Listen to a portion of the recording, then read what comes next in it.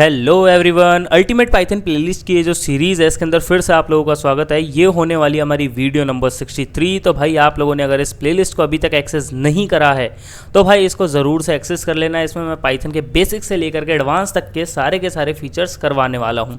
By the way एक चीज़ और बतानी है आप लोगों को, अगर आप लोग ओनली ऊप्स पढ़ने आए हो यहाँ पे पाइथन के बेसिक्स आप लोगों को आते हैं तो आपको ये पूरी की पूरी प्लेलिस्ट एक्सेस करने की ज़रूरत नहीं है। इसके लिए मैंने पाइथन ऊप्स नाम से एक अलग प्लेलिस्ट बना दी है जिसके अंदर सारे ऊप्स के कंसेप्ट मैंने कवर करवा रखे हैं। मतलब इसके अंदर वीडियोस में ऐड करता जा रहा हूं, तो ये भी आप चैनल के अंदर देख सकते हो। तो चलो स्टार्ट करते हैं आज का हमारा कंसेप्ट।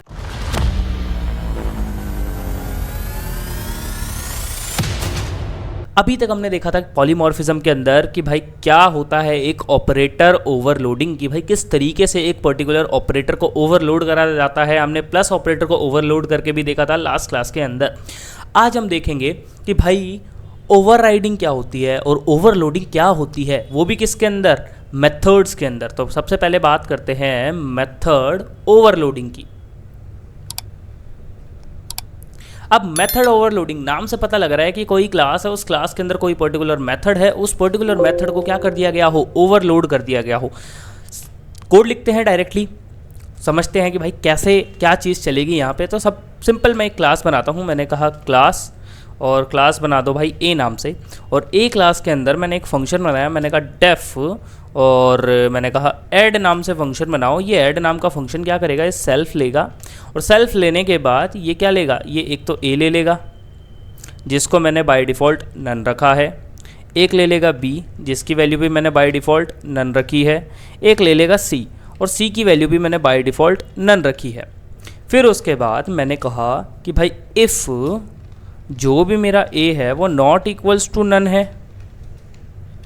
एंड जो मेरा बी है वो भी नॉट इक्वल्स टू नन है।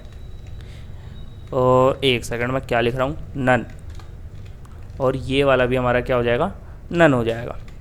ओके, अगर ऐसा होता है एंड जो मेरी सी है, जो मेरा सी है, सी भी नॉट इक्वल टू नन है, इसका मतलब क्या है कि भाई सारे के सारे वेरिएबल्स में कुछ ना कुछ वैल्यू दी गई है। अगर वैल्यू दी गई है तो आप क्या कर देना, आप प्रिंट कर देना। क्या प्रिंट कर देना भाई, सम इज ए प्लस का बी प्लस का सी। अगर ओनली ए और बी की ही वैल्यू गिवन हो तो क्या होगा। तो मैंने क्या करा, इस चीज़ को एज इट इज़ कॉपी कर लिया। मैंने कहा अगर मेरा ए और बी अगर ये दो की ही वैल्यू गिवन है तो क्या करना, प्रिंट करना सम ऑफ टू वैल्यूज़, और फिर उसके बाद जो भी सम की वैल्यू है ए प्लस का बी कर देना। और यहाँ पे कॉमा लगाना इंपॉर्टेंट है, कॉमा लगा देते हैं। ऊपर भी कॉमा नहीं लगाया हमने, लगा देते हैं। और फिर उसके अलावा मैंने यहाँ पे क्या करा, मैंने कहा else you have to print input, या फिर हम लिख देते हैं पास मिनिमम 2 नंबर्स। ठीक है, मिनिमम भाई 2 नंबर पास करो। अब मैंने क्या करा, मैंने यहाँ पे एक ऑब्जेक्ट बनाया। मैंने कहा एक OBJ नाम से ऑब्जेक्ट बनाओ, और OBJ वाला जो ऑब्जेक्ट है ना अपना, उसके अंदर आप क्या कर लो, ए क्लास का ऑब्जेक्ट बना लो, और इस OBJ के थ्रू आप क्या करो, आप कॉल करो ऐड फंक्शन को। सबसे पहले मैंने इसके अंदर क्या करा, मैंने कहा 1, 2, 3। फिर उसके बाद मैंने क्या करा, मैंने कहा OBJ के अंदर आप क्या करो, ऐड करवाओ, या फिर पहले अभी इतने को ही रन करके देखते हैं क्या आउटपुट जनरेट होता है हमारा। तो ये बेसिक सा हमारा कोड है। हमने क्या करा है, हमने क्लास के अंदर एक फंक्शन बनाया ऐड नाम से। ऐड नाम के फंक्शन के अंदर हमने 3 आर्ग्यूमेंट्स लेने की कोशिश करी है, एक ए, एक बी, एक सी, और इन तीनों को मैंने बाय डिफ़ॉल्ट नन दे रखा है। अगर मैं वैल्यूज़ दूंगा तो क्या होगा, तो कोड रन करते हैं, सेव कर देते हैं भाई इसको, यस।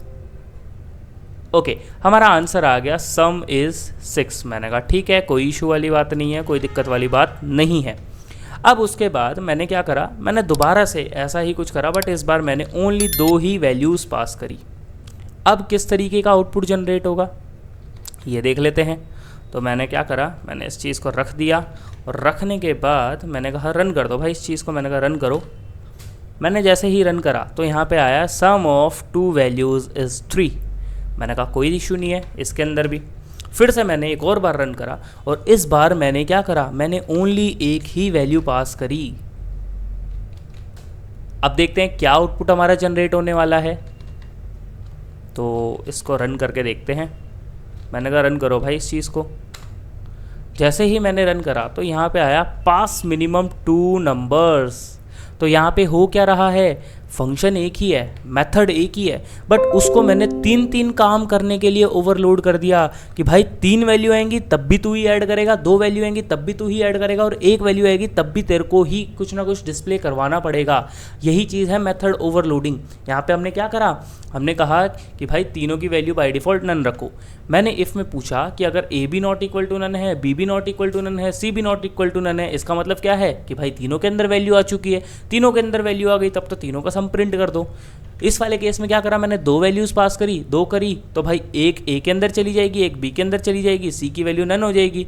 तो यहाँ पे क्या होगा, a not equal to none हो गया, b not equal to none हो गया, तो ए बी की वैल्यूज़ यहाँ पे प्रिंट कर दी जाएगी ऐड करके। थर्ड वाले केस में अगर मैं ए की वैल्यू दे रहा हूँ तो मतलब ये वाली कंडीशन भी हमारी फॉल्स, ये वाली कंडीशन भी हमारी फॉल्स, तो बाय डिफ़ॉल्ट एल्स चल जाएगा। तो यही यहाँ पे हुआ है, मतलब कि मेथड एक है बट हमने क्या करा, उससे 2-2, 3-3 काम करवा लिए। हम ज़्यादा भी करवा सकते थे। तो यही चीज़ क्या है, इसी को मेथड ओवरलोडिंग बोलते हैं और ज़्यादा कुछ खतरनाक चीज़ नहीं है। अब बात करते हैं ओवरराइडिंग। Method overriding. अब मेथड ओवरराइडिंग के अंदर क्या होता है, हमने पढ़ा था कंस्ट्रक्टर ओवरराइडिंग कि भाई एक कंस्ट्रक्टर है, उसको दूसरा वाला कंस्ट्रक्टर जो होगा वो ओवरराइड कर देगा इनहेरिटेंस के टाइम पे। तो वही सेम चीज़ है बस यहाँ पे हम क्या कर देंगे, मेथड के साथ वो चीज़ कर देंगे। तो मैं यहाँ पे अभी के लिए इस चीज़ को हटा देता हूँ। मैंने कहा इसको हटा दो भाई, और मैंने यहाँ पे एक फंक्शन बनाया। फंक्शन को मैंने नाम दे दिया, ठीक है, ऐड ही दे देते हैं। और ऐड फंक्शन के अंदर मैंने क्या करा, मैंने कहा प्रिंट करो आई एम फ्रॉम ए। फिर मैंने एक और क्लास बनाई और क्लास का नाम मैंने रख दिया बी, और बी क्लास के अंदर मैंने ए क्लास को इनहेरिट करवा दिया। फिर इसके अंदर भी मैंने सेम चीज़ लिखी, मैंने कहा डेफ ऐड। ऐड क्या करेगा भाई, सेल्फ लेगा। सेल्फ लेने के बाद क्या करेगा, ऐड फंक्शन हमारा ये प्रिंट कर देगा आई एम फ्रॉम बी। तो मैंने कहा आई एम फ्रॉम बी, ठीक है। अब मैंने क्या करा, मैंने बी क्लास का ऑब्जेक्ट बनाया, और बी क्लास का ऑब्जेक्ट बनाने के बाद मैंने कहा ए को कि भाई ऐड को कॉल करो। मतलब ऑब्जेक्ट को मैंने बोला कि भाई अब ऐड जो फंक्शन है ना, ऐड जो मेथड है मेरा बेसिकली, उसको कॉल करो। तो देखते हैं क्या आउटपुट जनरेट होता है। जल्दी से मेरे को कमेंट्स में बताओ, क्या यहाँ पे I am from b generate होगा या फिर आई एम फ्रॉम ए होगा। देखते हैं। कर दिया, चलो। मैंने कहा रन करो भाई इस चीज़ को। जैसे ही मैंने कहा रन करो तो यहाँ पे क्या आया, आई एम फ्रॉम बी। यहाँ पे क्या हुआ, ओवरराइडिंग हो गई। सिंपल। यहाँ पे क्या हुआ है, ओवरराइड हो गया। जो पुराना वाला कंस्ट्रक्टर था उसके ऊपर दूसरा वाला कंस्ट्रक्टर आकर के बैठ गया। कंस्ट्रक्टर नहीं, मेथड जो था पुराना वाला, उसी के ऊपर दूसरा वाला जो मेथड है वो हमारा आकर के बैठ गया। सिंपल सा यही हुआ है। इसको क्या बोल देते हैं, मेथड ओवरराइडिंग। एक चीज़ और कि भाई सब्सक्राइब कर देना, आपके भाई का चैनल है, वो रेड कलर का जो बटन है ना और जो बेल आइकन होता है उस पर चाहे जो मर्जी करो, उस पर इनहेरिटेंस लगाओ, चाहे डक टाइपिंग लगाओ, ओवरराइडिंग लगाओ, ओवरलोडिंग, जो मर्जी लगाओ, उसको सब्सक्राइब कर देना। तो होप आप लोगों को अच्छे से समझ आ गया होगा। नहीं आया तो भाई एक बार कमेंट्स में मेरे को पूछना कि कहाँ पे आपको डाउट आया, उस चीज़ को मैं आपको एक्सप्लेन कर दूंगा कमेंट्स के अंदर ही। तो चलो आज के लिए इतना ही करते हैं, मिलते हैं नेक्स्ट एपिसोड में। तब तक के लिए टाटा बाय बाय। और